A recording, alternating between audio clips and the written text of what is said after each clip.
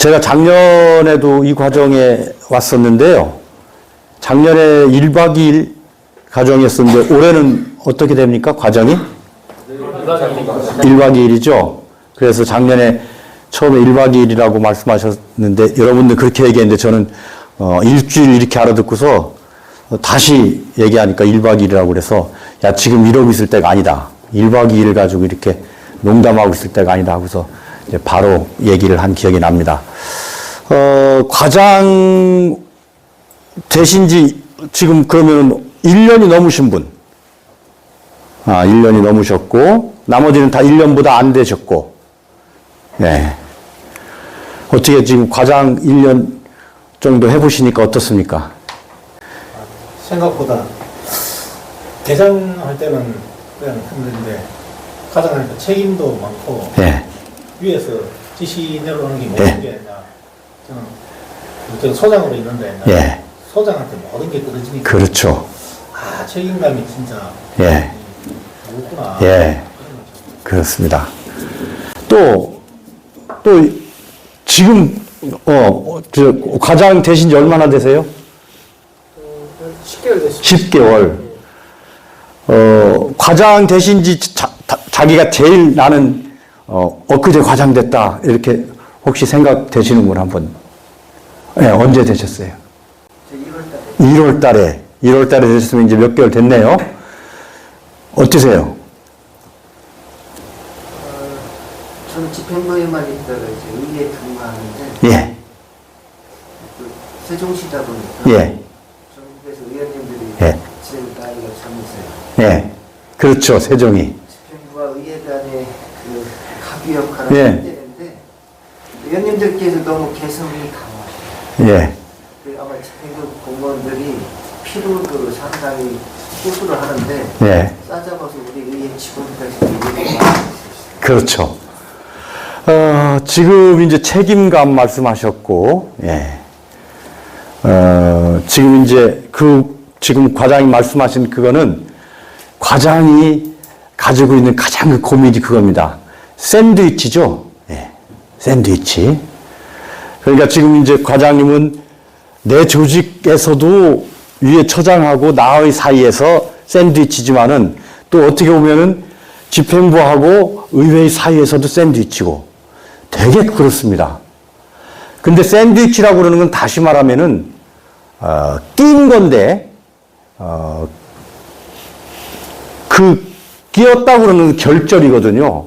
그러니까 끼었다고 그러는 것은 나쁜 얘기로 하면은 힘들고 골치 아프고 그런데 좋은 뜻으로 얘기하면은 거기를 거치지 않고서는 모든 일이 해결이 안 된다. 이렇게 보시는 거예요. 보면 되는 거예요. 허리라는 거, 허리. 예.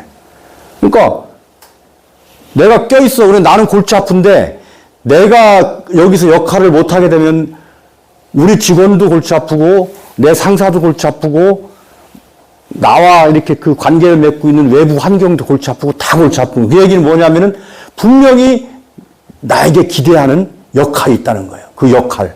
그래서 오늘은 지금 그 얘기 자체가 미래 환경 변화와 신임 과장의 역할이잖아요. 그냥 그대로 제가 말씀을 드릴게요. 네. 그래서 오늘 얘기는 미래 환경 변화와 신임 과장의 역할이니까 우선 미래 환경, 여러분들이 직면하고 있는 미래 환경은 뭐냐, 이거 좀 한번 같이 생각해 보고요. 그리고 과장이 뭐냐. 여러분들 과장이 뭔지 다 알고 있어요. 그죠? 지금까지 과장님 하고 같이 상사로서 일도 해왔고 또 내가 직접 과장도 됐고 그러니까 과장이 뭔지는 알고 있어요. 그런데 이건 이제 우리가 경험적으로 알고 있는 것이지 좀 논리적으로 좀 정리를 한번 해보자. 그래서 과장이 뭔지를 한번 우리 생각해 볼 거예요. 그다음에 그러면 아까 제가 말씀드린 그 가운데 허리와 같은 그런 역할을 하는 우리 과장이 구체적으로 그러면은 어떠한 역할을 기대받고 있느냐. 저는 이걸 한마디로 얘기하면은 세 가지입니다. 직장을 행복하게 만들어라. 그 직장을 행복하게 만드는데 과장이 역할을 하라는 얘기는 같이 일하고 있는 우리 동료들, 우리 직원들, 특히 우리 직원들을 내가 행복한 직장 만들어가지고 행복하게 만들어 줄 의무가 있다. 그겁니다. 근데 그러면서도 어떻게 해야 돼요? 조직 성과를 내야 됩니다. 우리가 과장은. 그러니까 행복이라고 그러는 것은 어떻게 하면은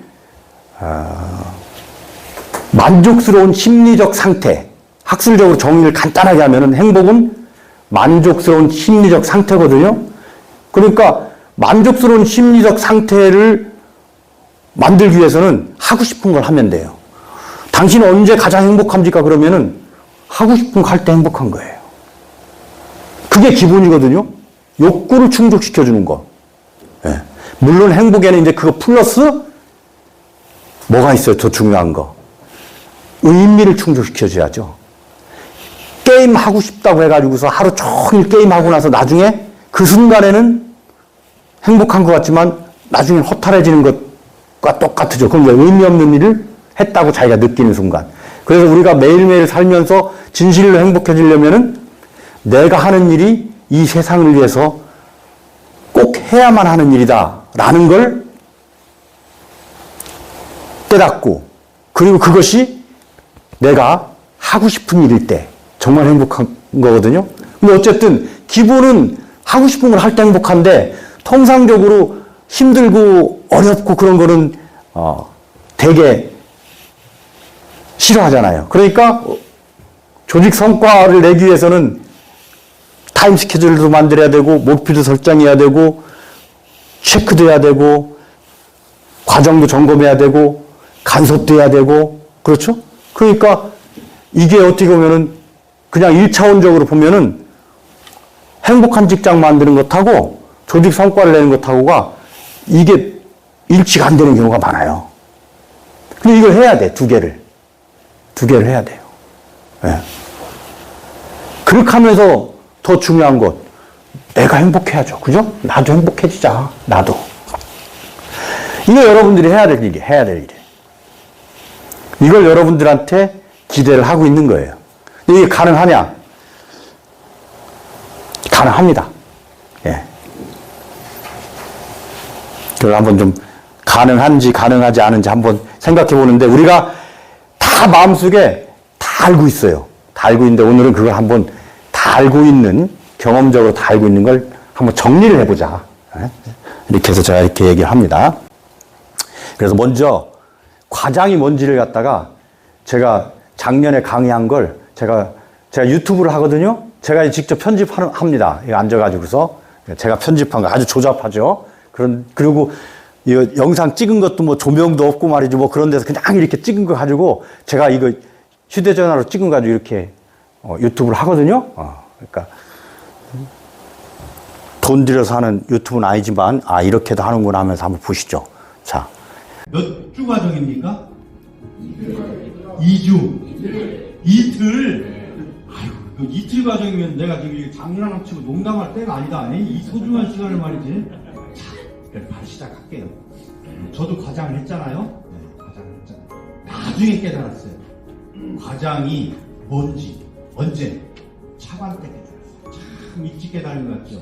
근데 그걸 깨달았다는 거는 뭐 명시적으로 과장이 이런 거구나 이걸 알지 못했을 따름이지 대충 어떤 거라는 건 알고서 했지만 차관 때 돼서 제가 어떤 큰 일이 발생해서 과장들을 전부 모아놓고 행정안전부에 전 과장들을 모아놓고 얘기를 할 때 제 나름대로 생각을 정리해봤어요. 과장들한테 뭘 얘기를 해야 되니까 당신들이 잘했다 잘못했다 이렇게 좀 하자 이렇게 하려고 그러니까 과장이 뭔가를 갖다가 내 나름대로 정리를 해봤어요. 그런데 이거는 제가 볼 때 대한민국에서 이렇게 정리하는 사람은 없을 거예요. 과장은 한마디로 얘기해서 분가했다 이렇게 보시면 돼요. 칫솔들을 거느리고 이제 독립했다 이렇게 보시면 돼요. 그동안에는 부모님 밑에서 형제들하고 엄마 아빠하고 같이 이렇게 사는 거예요. 근데 비로소 과장이 되면서 내가 내 가족들을 데리고 독립했다 이렇게 보시면 됩니다. 왜? 과장은 과의 이제 장이잖아요. 우리 대한민국에서 과는 보편적으로 법령을 예를 들어서 여러분 도청에 계시니까 농업을 담당하는 농업정책과에 있다가 건설을 담당하는 건설정책과로 가면 뭐가 바뀝니까? 법이 막 바뀌죠? 과라고 그러는 것은 대개 그 과를 유지하는 기본인 법이 있습니다. 그래서 이 규제 완화가 하기 어려운 거예요. 네. 정부 조직이 다 법령을 기준으로 해서 그 법에서 가장 중요한 일을 하기 위해서는 과를 하나씩 다 뒀는데 이 법이 살아있는 상태에서 과를 없애기가 어려운 거예요. 규제 완화하려고 그러면은 그 규제를 담당하고 있는 그 과를 없애야 되거든요. 사실은 과라고 그러는 것은 법을 집행하는 기본 가장 단위가 과기 때문에 그 속에는 규제가 당연히 있는 거예요. 법이라고 하는 규제니까 어쨌든 그죠? 그러다 보니까 그게 어려운 거예요. 그래서 규제 완화를 과감하게 시행을 하게 되면 어떻게 되는 거예요? 과가 없어지는 거예요. 그래서 여러분 보십시오. 과를 없애냐 마냐 하고 할 때 막 그냥 이렇게 하는 것은 이것은 생존하고 관련된 거니까 참 어려운 거예요. 법을 가지고 있는 가장 기본 단위가 과다. 그다음에 예산 편성할 때 어떻게 합니까? 대개 어느 정도 큰 사업 단위로 편성을 하는데 과를 넘어가지고서 이렇게 큰 예산 단위로 사업하는 것이 그렇게 많지는 않습니다. 우리가 아직 협업이 그렇게 많이 이루어지지 않아서 이 과 이상으로 막 그 업무를 갖다가 많이 해놓고 그러면은 일하기 굉장히 어려워요. 되게 보면 잘 생각해 보십시오. 과 단위로 편성됩니다. 과를 넘어가는 것은 되게 큰 프로젝트를 해가지고서 서로 조율하고 새로운 테스크포스를 만들고 이러면서 복잡한 단계를 갖췄죠. 여러분들 예산 편성 단위 기본입니다. 내가 분갈했으니까 공급 받아가지고 이제 내가 쓰는 거야. 그 다음에 또 뭡니까? 비로소 이제 과장이 되고 나서 인사를 할 수가 있어요. 그죠? 여러분들이 과에 사무관들, 주무관들을 배치할 수가 있고, 그죠? 인사권을 가지고 있죠. 꼭 인사부서가 아니라도 각 단위의 그 인사를 여러분들 책임을 진다고. 꼭 공부하는 거예요. 그렇기 때문에 과는 평가의 기본 단위가 돼요. 평가의 기본 단위. 그래서 과장은 대개 그렇게 하는 데도 있고 안 하는 데도 있지만 대개 과 단위는 조직 단위로 평가를 해가지고 그걸 과장에 그냥 실적으로 이렇게 그대로 매기는 경우도 있죠. 그 얘기는 집에서 무슨 일이 발생하면 과장인 당신이 책임져야 된다. 이거예요. 그러니까 어떻게 보면은 아주 완전히 질적 변화를 한 겁니다. 계급은 사무관의 서기관 또는 뭐 사무관 과장이 있어요. 근데 사무관 과장도 마찬가지예요. 하는 일은 군청에 가서는 또 사무관이 과장이지만 그 과장도 마찬가지로 똑같이 법령 단위의 일을 하고 있고 자기 예산을 편성을 하고 그 다음에 그 과의 인사권을 가지고 있어요. 그러니까 직급의 문제가 아니고 과장은 어떻게 보면은 그런 의미에서 이 조직 단위를 구성하는 것에서 가장 중요한 코어 엘리먼트의 그 핵심 단위다. 그것에 과장은 책임을 지는 사람이다. 그러니까 이걸 어떻게 보면은 한 번 숨긴 한 그런 개념이라기보다는 질적으로 완전히 변화합니다. 우리가 한번 생각을 해봅시다. 집에서 이렇게 쭉 어머니 아버지한테 교육비 받고 이렇게 하면서 살다가 시장 잡고 그러다가 이제 배우자를 만나가지고 독립했을 때 그때 여러분들이 야, 이 막막한 세상에 지방칸도 없고 그런데 내가 과연 아파트 한 채를 장만할 수 있을까? 내 애기는 생겼는데 이 애기를 내가 잘 먹여 살릴 수 있을까? 그런 막막한 심정이 어떻게 보면 들 수도 있다. 그런 어떤 그 질적인 변화를 가지고 있는 것이 과장이다. 이런 생각을 합니다. 그러면 자, 과장은 법령을 가지고 있고 예산을 가지고 있고 인사를 가지고 있고 그리고 나 개인으로 평가를 받는 것이 아니고 내 과 전체 직원들과 함께 성과를 가지고 평가를 받는다. 그래서 과장은 어떻게 보면은 사무관 때 일을 아무리 열심히 해도 해서 사무관이 굉장히 중요한 일을 팀장이 하고 하는 것 같지만 실제로 과장이 되고 보면은 다른 거죠. 그래서 옛날부터 그런 말이 있어요. 농담으로. 과장은 사무실에 가만히 앉아만 있어도 자기 하는 일에 다 반 이상은 하는 거다. 예. 자, 또 하나. 여러분, 지금 모르겠어요. 도 같은 경우에, 이제 무슨 이제 특별하게 이제 그 사업소에 이제 그 책임을 맡고 있으면 모르겠는데, 대개 도 본청 같은 경우에 과장이 자기 단독 방을 가지고 있습니까? 대개 안 가지고 있죠. 국장서부터 가지고 있죠. 그 굉장히 중요한 겁니다. 그러니까, 국장이 되면 중앙부처도 마찬가지예요. 중앙부처도 국장서부터 독립된 회의 공간과 자기 방을 가지고 비서의 도움을 받죠. 근데 그것이 좋은 거예요. 좋은 건데,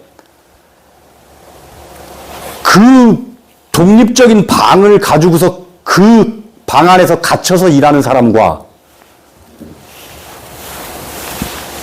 같이 일을 하는 동료들하고 한 방에서 눈을 마주치면서 일하는 사람하고는 다른 거거든. 그렇기 때문에 어떻게 돼요? 국장에게 기대하는 역할과 과장에게 기대하는 역할이 다른 거예요. 만약에 과장을 하나의 방을 이렇게 막아놓고서 줬다 그러면 그 과장은 우리가 얘기하는 이 과장으로서 역할보다는 다른 역할, 간접적으로 단지 그냥 조정하고 이렇게 하는 역할만 하는 거지. 근데 우리는 뭐예요? 여기서 그냥 한 구층에서 조금 넓은 공간을 가지고 있을 따름이지 전체적으로 늘 컨택을 하면서 살고 있다고요. 그 얘기는 뭐냐면은 공동 운명체의 이 식구들을 내가 항해사가 되고 기관장이 돼가지고 이게 같이 간다는 거예요. 그래서 내가 쓰러지면은 이게 침몰한다. 국장이 쓰러져도 배는 침몰하지 않아요. 왜? 그건 그 방 하나만 가지고 있으니까, 방을 따로 가지고 있으니까, 그것만 없어지면 돼. 예. 그것만 없어지면 돼. 유조선이 그 컨테이너, 이 큰 배가 충격을 받아가지고서 이렇게 그 파괴가 돼도 금방 가라앉지 않죠. 왜? 수많은 그 경막으로 해가지고서 이렇게 만들어졌거든? 그러니까 국장은 그 경막 속에 하나야. 그러니까 이 친구가 일을 잘해도, 아주 못해도, 전체 조직이 망가지지 않아. 근데 이건 하나야. 과장은. 그래서 다른 거예요. 마지막 단계입니다. 직원들하고 같이 일할 수 있는 마지막 기회예요. 그게. 여러분들이. 그러니까 어떻게 하면은 호흡을 같이 하면서 일할 수. 그러니까 결국 과장한테 기대하는 것은 그만큼 더 큰 역할을 기대하는 거죠. 같이 숨을 쉬면서 일을 해라 이거예요. 같이 숨을 쉬면서. 그게 과장한테 방을 안 주는 이유입니다. 과장한테 방을 주는 순간 과장은 그 역할을 못 해요. 아침에 딱 보면 알잖아요. 우리 경험적으로. 아이고, 어제 저녁에 많이 아픈 모양이구나. 아이고, 저 친구 어제 술을 좀 많이 먹은 모양이구나. 아이고, 요새 일을 좀 많이 줬더니 좀, 힘들어 하는구나. 이걸 과장은 알 수가 있는 거예요. 그래서 즉시 거기에 맞게 대응을 해줄 수가 있는데, 국장은 절대 안 되죠. 못 해줘. 네. 방에 앉아가지고 들어오는 정부만 보니까. 예. 그 과장의 차이입니다. 그래서 여러분 그 과장이라는 아셔야 돼. 여러분들이 이제 그런 겁니다. 그런데 더 중요한 것은 질적으로 바뀌었다는 거예요. 예. 매미가 이렇게 탈각을 한다든지, 누에가 이렇게 꽃에서 나온 것처럼 완전히 바뀐 겁니다. 그러니까, 우리가 우스갯소리로 육군에서 병장을 100명 모아놓는다고 해가지고 소위 한 명 이기냐 그러면은 못 이긴다 그러죠. 예? 왜? 소위 한 사람이 차렷 그러면은 병장 100명은 차렷해야 되는 거잖아요. 그건 왜 그래? 질적인 차이가 있는 거예요. 질적인 차이가. 예. 그러니까 팀장 100명을 모아놔도 그 중요성이나 그 기대되는 역할은 과장 한 명 못하는 거예요. 그것이 질적인 변화를 한 겁니다, 여러분들. 그 대신 뭐예요? 긍지도 있는 거죠. 별다른 거죠, 한마디로 얘기해서. 네. 적어도 대한민국에서 그전에는 이제 사무관 되기도 굉장히 어려웠지만 지금은 사무관도 많이 많아졌지만 그래도 여전히 과장은 특히 서기관급, 부의서관급의 도의 과장은 아주 어려운 겁니다. 이거는 우리가 이제 한마디로 얘기해서 별다랐다 이렇게 보시면 되는 거예요. 그러니까 긍지와 자부심도 그만큼 여러분들이 가져야 되고 그만큼 책임도 많은 대신에 고난을 가지고 할 수 있는 일도 많다. 이렇게 생각합니다. 그래서 이거 이제 과장이라고 그러는 걸 한번 정리를 했으니까 여러분들이 이제 한번 보세요. 그래서 나에게 있어서 식솔은 누구인가, 그리고 내가 책임지고, 먹여 살려야 될 사람은 누군가 이런 걸 좀 한번 생각해 보자 이런 겁니다. 그 다음에 아까 이제 우리한테 기대되는 역할이 직장을 행복하게 만드는 거다 이렇게 얘기했잖아요. 그래서 이것도 뭐 제가 이제 이걸 한 2시간 정도 이 주제로 경상북도 공무원들한테 이제 줌으로 특강을 했지만은 그 핵심만 제가 이제 간단하게 말씀을 드리면은 로버트 레버린이라는 사람이 쓴 책이 있어요. 그 이제 그 책 이름이 훌륭한 일터라는 책인데 저는 그걸 오래전에 이제 접하고 나서 지금도 뭐 가끔씩 이렇게 봅니다. 우리 직장에서 우리 직원들하고 나하고 관계에서 좀 어려움이 있다든지 내가 혹시 잘못된 건 있는지 이렇게 한 번씩 이걸 들여다보거든요. 그 책을. 근데 그 책의 핵심은 이겁니다. 그림은 이건 제가 그린 거고요. 나를 중심으로 해서 훌륭한 일터는 거기서 훌륭한 일터는 거기서 일하는 사람을 행복하게 해주는 일터가 훌륭하다고 그러는 거예요. 그러니까 행복한 직장이 훌륭한 일터죠. 그러니까 나를 중심으로 해서 일이 있고 동료가 있고 상사가 있다는 거예요. 그러면은 행복한 직장은 나를 중심으로 해서 동료와의 사이에는 재미가 있어야 된다. 나와 상사와의 사이에는 신뢰가 있어야 된다. 그럼 나와 동료 사이에 재미가 있어야 되는 건 뭐예요? 과장은 그걸 해줘야 된다는 거예요.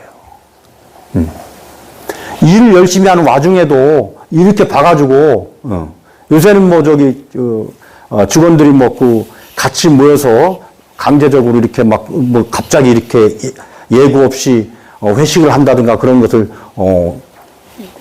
다소 좋아하지 않는 분위기지만은 그래도 경우에 따라서는 같이 적절한 계획을 가지고 합의해 가지고서 모여 가지고 한 번 이렇게 풀어준다든지 또 나는 아침에 출근하면 내 친구하고 아침에 그 커피 한 잔 빼서 이게 수다 떠는 게 너무 좋아. 나는 점심 빨리 먹고 와서 탁구 치는 게 너무 좋아. 이게 등등의 이 재미가 직장에 있어야 되거든요. 애기들이 학교 가는 걸 이렇게 잘 가다가 어떤 날 잘 안 가려고 그러면은 대부분 다 뭐가 문제가 되냐면은 친구 사이에서 괴롭히는 친구가 있다든지 이게 친구하고 재미가 없어서 그런 겁니다. 우리 직원들도 똑같아요. 재미가 없으면은 아침에 가기가 싫다고 일어나서. 그래서 아침에 일어나면은, 나는 그래도 가면은, 우리 과장님도 좋고, 우리 팀장님도 좋고, 특히 내 짝꿍 너무 좋아. 이렇게 있는 직장이 좋다는 거예요. 그 다음에 상사하고 나 사이는 신뢰가 있어야 된다. 우리는 상사고, 우리 직원들 있잖아요. 또 내가 모시는 상사도 있죠. 지사도 있고, 국장도 있고. 그 사이에는 훌륭한 일터라면은 적어도 신뢰가 있어야 된다. 신뢰 정도는 1부터 100까지 하면은 50도 있을 수가 있고, 80도 있을 수가 있고, 그렇지만은, 그거는 다 같을 수는 없지만, 적어도, 믿는 거예요. 믿는 거. 나는 그러면 우리 직원들한테 내가 이렇게 한 것에 대해서 우리 직원들이 얼마나 믿고 있을까? 이런 걸 한 번씩 끊임없이 생각하는 거예요. 근데 그것은 신뢰라고 그러는 것은 뭐로 쌓여요? 약속을 지키는 것에서 쌓이는 거거든, 이렇게. 그러니까 작은 거라도 큰 거 한 번 약속 지키려고 기다리다가 한 번 약속을 못 지키는 경우가 많아요. 근데 이런 경우에는 어떻게 하면 되냐면은 작은 약속이라도 여러 차례 어기지 않고 지켜주는 거. 그 속에서 이제 신뢰가 쌓이는 거예요.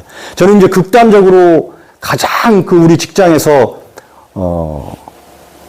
신뢰 지수가 높다. 이런 거는 이제 저는 이렇게 표현합니다. 예를 든다면, 내가 6급인데 금평을 받았어. 근데 내 생각에는 한 97점, 8점 정도는 될 것 같은데 92점밖에 못 받았어. 그러면은 불끈 승질이 난다고. 그러면은 팀장님이나 과장님한테 가가지고서 아, 저 이렇게 열심히 하고 정말 고생했는데 어떻게 이렇게 내가 이 정도밖에 못 받습니까? 이렇게 하고 싶은 생각이 들 때 진짜 신뢰가 있는 관계라고 그러면은 아, 나는 그래도 나만 생각하지. 그런데 우리 과장님은 우리 과원 20명, 30명 전체를 이렇게 늘 놓고서 이렇게 보니까 나는 내가 잘한 것 같지만은 어쩔 수 없이 과장님은 상대평가를 할 수밖에 없으니 나보다 다른 친구들이 더 잘했는가 보구나. 과장님이 어련히 알아서 잘 줬을까. 더 열심히 해야지. 차라리. 이렇게 생각한다 그러면은 이건 엄청난 신뢰관계가 있는 거고. 또 일을 이렇게 줬을 때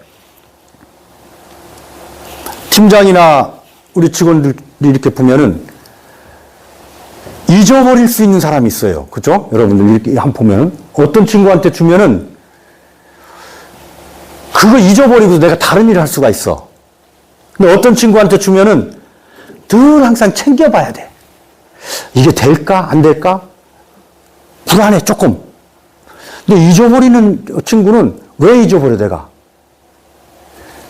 그 친구하고 일을 오랫동안 이렇게 해봤다든지, 아니면 이렇게 또 들어봤다든지, 이런 것을 봐가지고서, 아, 이 친구한테는 일을 주면은 내가 더 위급한, 아니면 더 중요한 다른 일을 하고 있어도 이 친구가 적절히 알아가지고 나한테 와가지고서 중간중간 보고를 해준다든지 하고 나중에 와서 어느 정도 8, 90% 됐을 때 그 보고를 하는 걸 봐서도 그 수준이나 이런 것이 대충 나고 내가 기대한 것하고 맞는구나 이런 것이 쌓이게 되면은 잊어버리죠. 잊어버릴 수가 있죠. 만약에 과외에 팀장 5명 있는 데서 그런 팀장이 한 3명 이상 되면은 과장 정말 행복하겠죠. 현실은 뭐 1명만 있어도 됩니다. 그 정도 기대하는 것은 참 어려운 거예요. 여러분들 그 정도 됐으니까 이제 과장 되셨지만은, 시어머니가 새로 시집 온 며느리한테 뭐 이렇게 그냥 잘 마음에 안 들어. 그런데 어떻게 해요? 시어머니는 이미 며느리 생활을 몇 년을 했어요. 25년 한 거야. 며느리는 이제 방금 시작한 초보 며느리예요. 그런데 음식 하는 것도 마음에 안 들고, 뭐, 빨래 개는 것도 마음에 안 들고, 이렇게 할 수가 있죠. 그래서, 이 신뢰관계는 그런 걸, 모든 걸 다 설명하는 거다. 그래서 쉽진 않지만 이것이 돼야 행복한 직장이다. 그 다음에 여러분들 제일 중요한 거. 이거, 인간적인 관계입니다. 사람과 사람 사이 관계는요, 인위적으로 하려고 해도 한계가 있어요. 그죠? 다 경험이 다르고, 가치관이 다르고, 세계관이 다르고, 그렇기 때문에 노력을 하면 좋아지긴 하지만, 사람과 사람 사이 관계는 아무리 해도 내가 원하는 것 100%만큼 그 관계가 안 돼요. 이거 안 돼도 행복한 직장의 핵심은 저는 이거라고 합니다. 가치, 보람. 이것만 여러분들이 직원들한테 수시로 일깨워 준다고 그러면은 여기서 나오는 것 한 50% 정도만 재미있고 50% 정도만 신뢰 있어도요. 그걸 나머지 50%는 저 의미와 가치로 저는 상쇄할 수 있다고 봅니다. 지금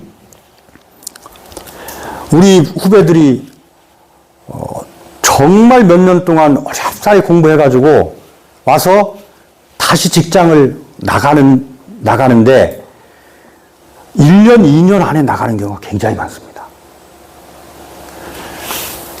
문화가 그렇다고 그러기도 하고 힘들어서 그렇다기도 하고 그러는데 진짜 물어보면은요 의외로 이렇게 대답합니다. 내가 이거 하려고 이 고생을 했냐? 구급 공무원 되는데 5년 동안 공부해서 왔어. 그것도 법과대학에서. 예. 그랬는데 와가지고서 하는 게 겨우 맨날 하는 게 서무 이제 하고 또 서무도 뭐 바로는 못 하죠. 그것도 어느 정도 경험이 돼야 되니까. 그럼 막 출장비 그저 20만 원, 30만 원짜리 과장님 우리 주무관 선배 팀장 그 출장 서류 이렇게 해가지고서 이거 결제하는 거야.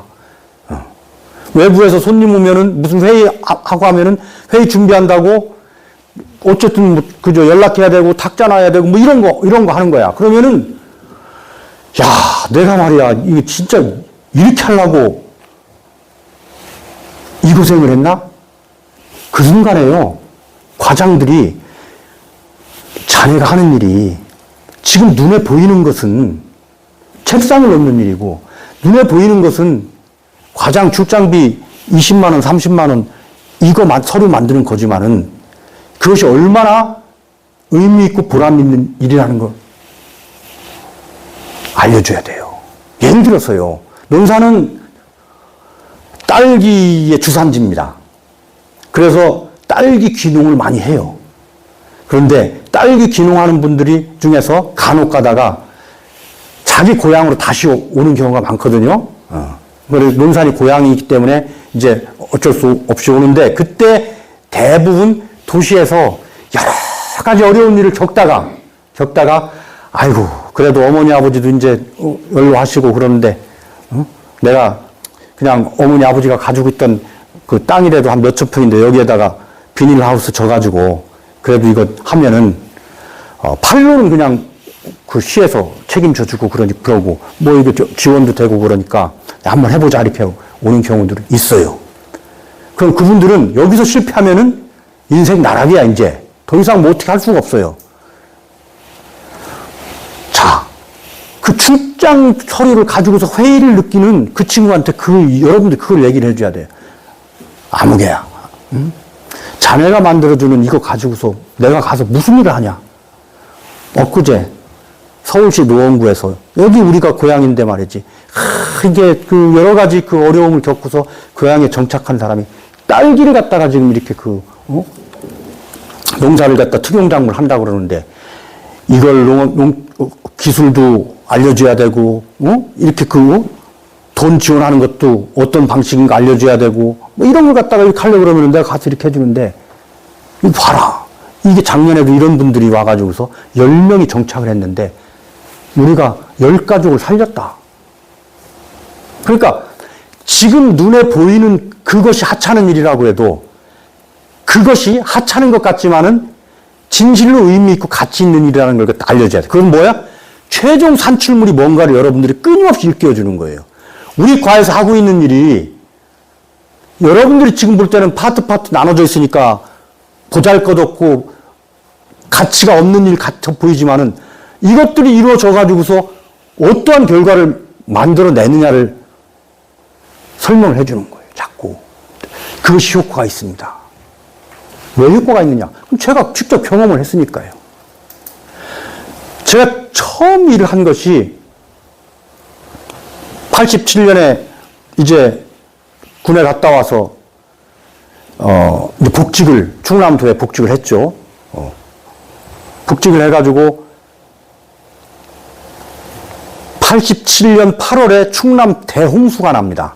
이재민이 지금은 뭐 큰 홍수 나도 몇백 명이지만 그 당시에 우리나라 자체가 그렇게 많이 선진화된 저희가 아니라서 8만 2천 명의 이재민이 생깁니다. 충남에.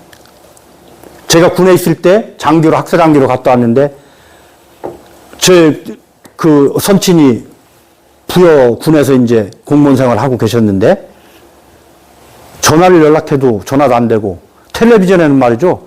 부여 읍이 전체 그냥 물이야 물. 논산 전체 물이에요 물. 서천 다 물. 읍내가 다 물이에요. 지붕만 그냥 이렇게 동동 있는 거예요. 그 8만 2천 명이 다 어디로 가 있는 거예요? 이제 초등학교로 다 이렇게 가서 있는 거예요. 제가 거기 있을 때도, 군대 있을 때도 그것 때문에 이제 그 군 협력 문제 때문에 고생도 했지만은 딱 오니까 지사님이 저한테 하는 말이 정사무관 잘 왔어. 자네 이재명 구호 좀 해봐. 이재명 구호. 8만 2천 명 이재명을 구호를 하는데 보건복지부에서 18억을 당장 줍니다. 당장 주는데 통장을 받을 통장이 안 만들어지는 거야. 갑자기 이제 뭐 이렇게 되니까. 사회과에 이제 기동 배치돼가지고 거기 앉아 있는데, 그래 내가 이제 물어봤지. 복지부 사무관한테. 아, 이거 저 정사무관인데, 이 통장 받을 때 통장을 갖다 어떻게 해야 되냐. 이게 말이지 뭐 도에 이제 금고하고 이제 연결되는 뭐 통장 뭐 이렇게 당연히 있어야 되는데, 이제 그동안 그게 없는 거야. 그랬더니 이걸 내가 봉급통장, 국민은행 봉급통장은 있다. 한 2번은 받은 게 있다. 그러니까 거기다가 18억을 넣습니다. 누가 그거 채갈까봐 국민은행까지 갔다가 그거 하도 택시 타고서 꼭 잡고서 와가지고 도금고에 오자마자 넣고서 그 18억을 가지고서 제가 이제 이재민들한테 줄 담요, 그 다음에 식기, 수저, 밥그릇, 내복 이런 걸 긴급하게 이제 뭐 이렇게 삽니다. 근데 그때만 해도 그게 이제 뭐 힘든 거예요. 그리고 매일 10톤 트럭이 이제 12톤 트럭이 도청 광장으로 들어오면 그때는 이제 헌 옷이나 이런 것도 깨끗이 빨아가지고서 이렇게 다 보냅니다. 그러면 그거 다 박스로 챙기고 쌀 뭐 이런 거 다 챙기고 해서 이제 이재민 수대로 제가 배분해가지고 인부들하고 해가지고 이제 4톤 트럭으로 오면 떼어 넣어가지고서 이제 논사는 뭐 주고 이제 이렇게 보내거든요. 한 달쯤 지나가지고 정사무관, 이제 저 물도 빠지고 해서 차량도 다닐 수 있고, 이제 이재민들도 이제 일부 급하신 분들은 집으로 가시고 했으니까 자네가 마지막으로 한번 돌아다니면서 쭉 논산, 부여, 서천 뭐까지 다 한번 둘러보고서 마지막 어떻게 정리할 것인가를 한번 좀 생각할 겸 하면서 갔다 와. 이제 이렇게 해가지고서 제가 갔어요. 논산에 갔죠. 엊그제 이제 그 이제 뭐 몇 년 전에 논산에서 수습했으니까, 논산은 또 제가 태어난 고향이고 그러니까, 잘 알죠. 그러니까, 아이고, 우리 고향 사무관 오셨다고 이제 얼마나 이제 그 반가워하면서 이제 안내를 할 거예요. 논산 군청 앞에 부창국민학교, 부창초등학교. 여기가 아직도 많이 남아 있습니다. 정사원 여기 가셔가지고 상 보십시오. 들어갔어요. 다. 그런데 이제 그 군청에 이제 과장님하고 이제 계장님이 저를 소개하는 거예요. 도청에서 이재민 이렇게 업무 담당하는 정재근 사무관인데 고향이 여기고 말이지 뭐 이렇게 하고. 제가 그렇게 하고 거기 계신 분들이 이제 쭉 있는 거야. 누워 계신 분도 있고, 앉아 계신 분도 있고, 라면 뭐 드시는 분도 있고. 그걸 보는 순간에 제가 눈물이 확 났습니다. 그냥 그대로 울었어요. 거의 펑펑. 깜짝 놀라서 오던 사람들이. 아니, 그 정사무관 왜 울어? 내가 기억하거든. 내가 세신 풍로를 사줬고,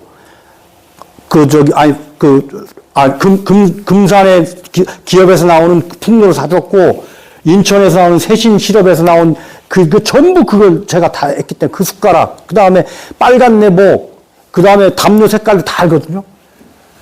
거기에 계신 분들이요. 내가 사준 담요를 깔고 덮고, 할머니들은 내가 사준 빨간 내복 입고, 내가 사준 골로에서 내가 실어준 그 라면을 끓여가지고 거기서 먹고 있어요. 누군이 안 나오겠습니까?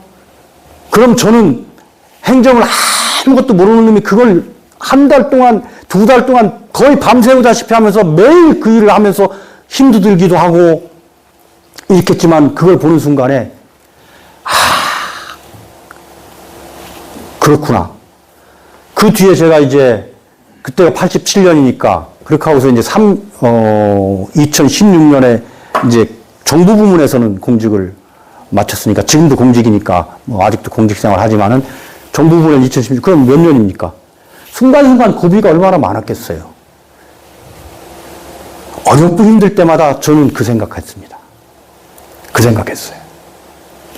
그래. 내가 사준 담요, 내가 사준 내복 입고서 우리 주민들이 그걸 견뎠구나. 그러니까 의미와 가치, 이 보람이에요. 그러니까 휴대전화를 가지고 어떤 사람은 똑같은 휴대전화를 가지고 돈을 법니다. 근데 휴대전화를 가지고 공무원은 뭐를 해요? 달동네에 있는 저소득 자녀들의 통신비를 지원하지요. 돈을 쓰지요. 그래서 세상에는 여러 종류의 사람이 있지만 여러분들이 후배들하고 생각하면서 끊임없이 얘기해 줘야 되는 것은 세상에는 돈 버는 사람이 있고 돈 쓰는 사람이 있다. 우리는 돈을 쓰는 사람이다. 돈을 버는 사람도 훌륭하고 돈을 쓰는 사람도 훌륭하다. 돈을 벌어가지고 나는 돈 1년에 말이지 1억, 2억씩 번다고 네 친구 중에 변호사 되고 네 친구 중에 의사 된 사람들이 어떻게 보면 젊은 나이에는 송년회 가고 친구들끼리 만나고 그러면은 2차 내가 쏠게 이렇게 하면서 가면 부러울 수도 있어. 그렇지만 그 친구들은 돈을 버는 사람이고 네가 돈을 버는 사람으로 경쟁을 하려고 그러면 안 된다. 그건 원숭이하고 사람하고 나무 타기 경쟁하는 거하고 똑같지. 우리는 돈을 쓰는 걸로 어떻게 돈을 잘 쓰는가로 경쟁하면 된다. 그래서 만약에 네 눈에 돈 좀 많이 번다고 이렇게 하는 친구들 있으면 넌시 그렇게 아이고 아무개야 친구야 고마워. 돈 많이 벌어서 세금 많이 내줘서 고마워.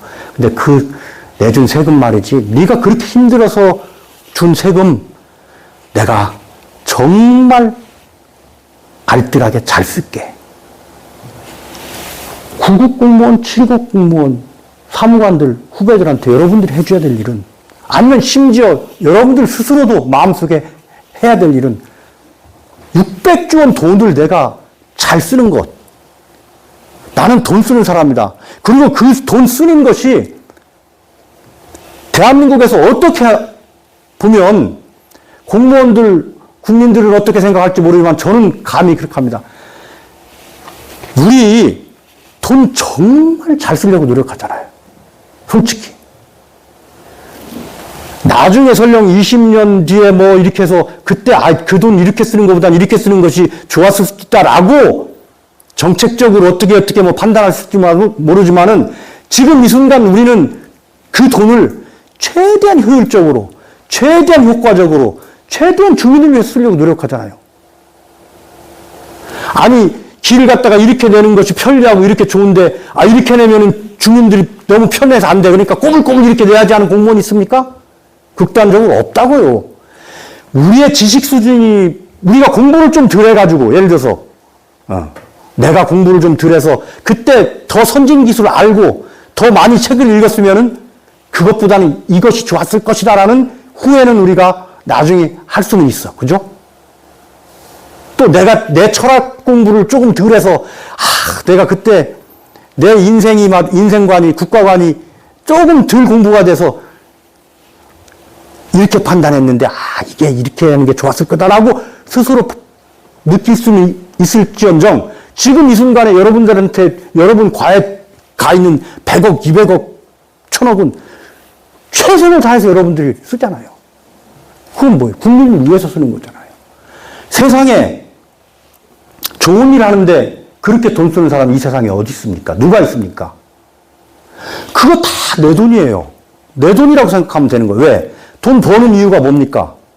돈 버는 이유가 돈 쓰기 위해서 하는 건데, 우리는 나라 돈으로 내가 계획만 세울 수 있고 내가 윗사람을 설득시킬 수만 있으면 얼마든지 내 돈처럼 쓸 수 있잖아요. 예? 그걸 설명을 해주는 거예요. 여러분 스스로도 회의가 있고 힘들고 그럴 때마다, 내가 내 호주머니에 들어오는 돈은 7천만 원, 8천만 원, 6천만 원밖에 안 되지만 세상에 내가 좋은 일 하는데 쓰는 돈은 얼마다? 20억이구나. 30억이구나. 그리고 그걸 갖다가 여러분들 공책에 적어놔야 되는 거야. 올해 나는 뭐 하느라고 이만큼 썼다. 올해 나는 뭐 하느라고 이만큼 썼다. 그래가지고 나중에 여러분들이 이제 한 10년 뒤쯤 해가지고서, 은퇴할 때, 그랬을 때, 엄마, 아빠, 공무원 하셨다고 그러는데, 엄마, 아빠, 뭐 하셨어요? 이렇게 물어보면, 머리 긁적긁적, 글쎄, 그렇다고, 야, 엄마, 아빠가 네 굶기지는 않았잖아? 비싼 과외는 안 시켜줬어도 너 공부하는데 그래도 그냥, 이렇게 대답할 거예요? 그게 아니잖아요. 적어도 30년, 40년 공직 생활했으면은, 야, 아무개야. 네 딸 지금 학교 갔다 오는데 너 걱정해, 안 해? 무슨 걱정이 돼요? 야, 엄마가 있을 때는 말이야. 학교 갔다 오면 교통사고나 이런 것도 불량배 만나고 말이 이렇게 해가지고서 그런 그 일이 있었어. 그래서 그때 엄마가, 이런 제안을 해가지고서 그 학교하고 여기하고 말이지, 이런 제도를 만들고 거기 안전한 등하교를 만들고 그러는데 그렇게 했고 더 저기 하면 그때 아까 엄마가 말이 그거 제안해가지고서 그거 돼가지고서 우리 면이나 우리 동이나 아니면 우리 시뿐만 아니고 이렇게 좀 확산이 돼가지고 아마 예산이 말이지 이 정도 투입됐을걸? 이렇게 대답해야 하는 거예요. 그것을 가슴에 하나 가지고 있으면 그것이 철학 있는 행정이 되는 거예요. 그래서 요거를 여러분들이 이제 해주면 서서히 여러분들의 관은 의미 있는 일을 하는 의미 있는 공간이 되고 의미 있는 관계가 됩니다. 그러면은 조그마한 어려움은 극복할 수가 있어요. 네. 의미를 가지고 보람을 가지고 오늘 이번 시간은 여기까지 하고 다음 시간에 이제 만나가지고서는 구체적으로 과장이 이제 어떤 리더십을 가지고 일을 해야 되는가 이걸 좀 얘기를 좀 하겠습니다. 예.